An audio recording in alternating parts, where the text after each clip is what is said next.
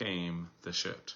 Because they have a shirt that says, "Justice for the disenfranchised, mistreated police retirees, pay gratuity now." That is not quiet diplomacy.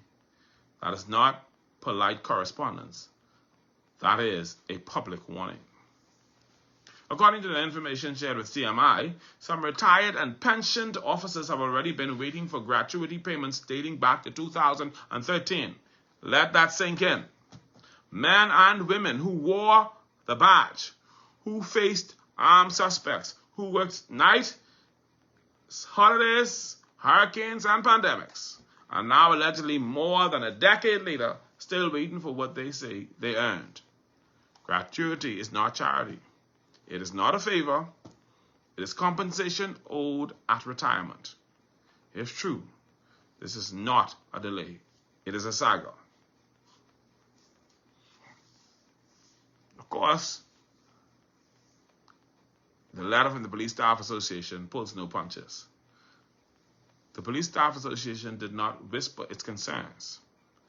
They wrote that officers' welfare are at its limits. They claim multiple letters to the Minister of National Security allegedly went unanswered, so Wayne Monroe answering them. Only 2 meetings occurred and reportedly yielded no fruit. Salary increases have not materialized despite research submissions. Hazardous duty pay discussions stalled. Non-lethal weapon reform remains stuck in legislative limbo.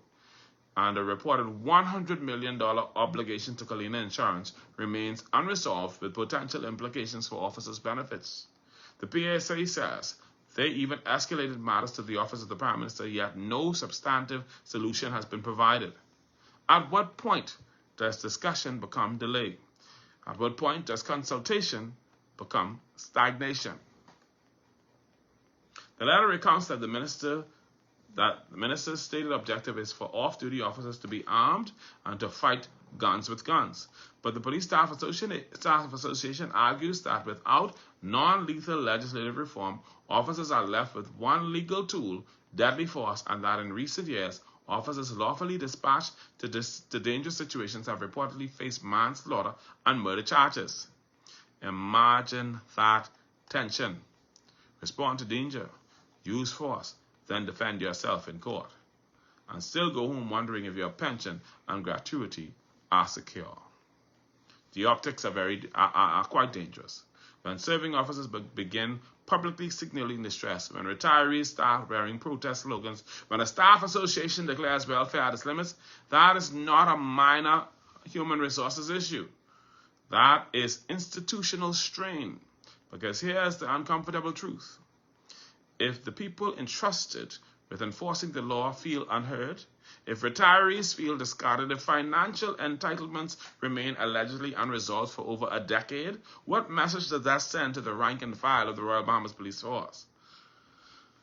It's either smoke and mirrors or slow motion. The Police Staff Association insists they are not engaging in smoke and mirror attacks or tactics.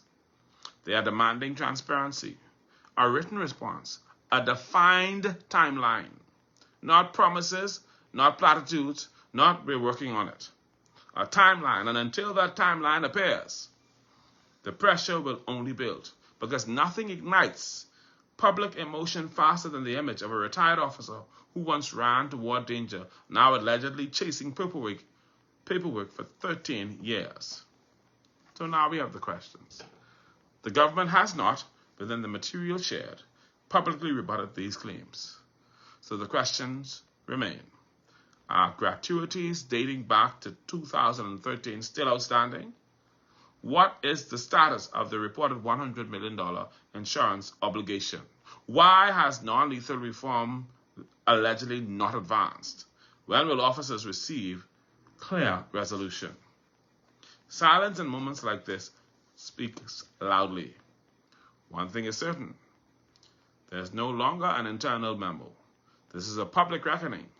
When the protesters start protesting, when the guardians start feeling unguarded, when those sworn to serve begin asking for justice, the nation should pay attention.